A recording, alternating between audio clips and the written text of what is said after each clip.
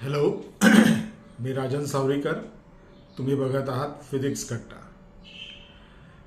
आज आपण 10वीचा एक टॉपिक डिस्कस करू, कारण 10वीच्याही परीक्षा आता जवळ आलेल्या आहेत आणि थोडासा समजायला अवघड वाटणारा हा टॉपिक आहे.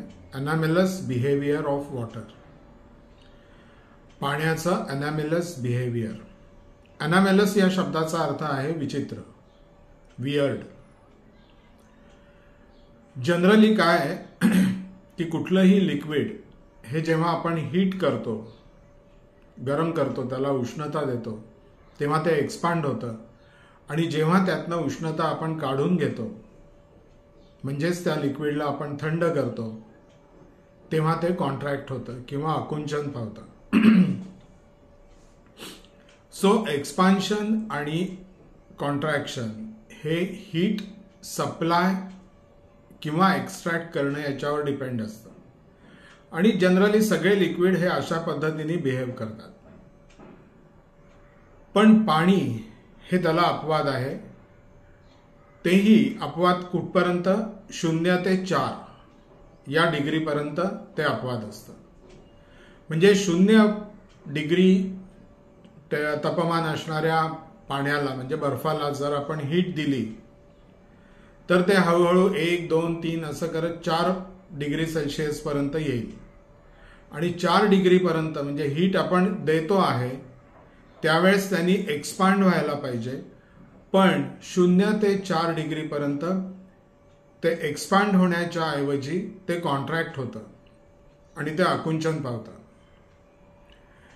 आणि मग अर्थातच उलटा जेव्हा आपण विचार करतो तेव्हा 4 ते 0 या पद्धतीने आपण जर गेलो, 4 नंतर 3, 2, 1 म्हणजे हीट आपण एक्स्ट्रॅक्ट करत गेलो त्या पाण्यातनं, तर ते कॉन्ट्रॅक्ट व्हायच्या ऐवजी ते हीट आपण काढतो आहोत, काढल्यानंतर ते कॉन्ट्रॅक्ट व्हायला पाहिजे, पण त्याच्याऐवजी ते एक्सपांड होतं.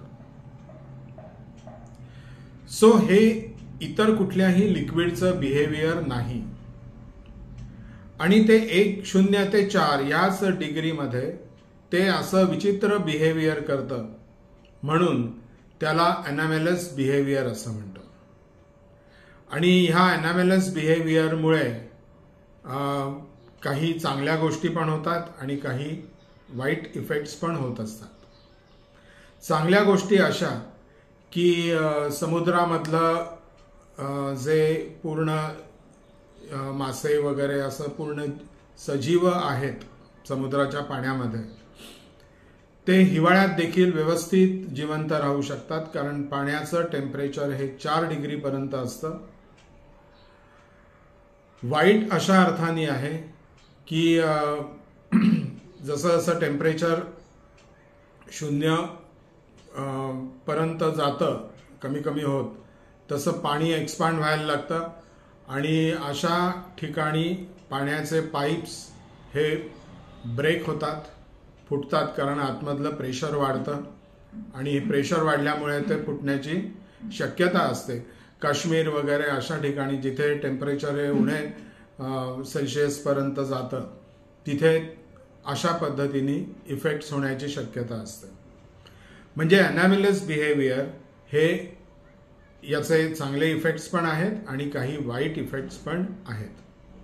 तर आता लक्षात आलं असेल तुमच्या अनॅमिलस बिहेवियर म्हणजे एक्झॅक्टली काय. तर पाण्याचं विचित्र वागणं. आणि हे वागणं कुठून कुठपर्यंत असतं? 0 ते 4.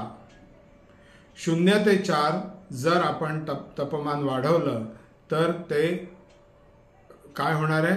तापमान वाढवल्यानंतर प्रसरण पावण्याच्या ऐवजी ते आकुंचन पावतं आणि आपण तापमान कमी करत गेलो तर काय होणार आहे? ते आकुंचन पाण्याच्या ऐवजी ते प्रसरण पावतं. सो हा एक छोटासा टॉपिक आहे, पण त्याला महत्त्व मात्र खूप आहे. याच्यानंतर पुढचा टॉपिक आपण बघू पुढच्या व्हिडिओमध्ये. तुम्हाला जर हे व्हिडिओ आवडत असतील तर तुम्ही याला लाईक करा, शेअर करा आणि सबस्क्राईब करा. थँक्यू.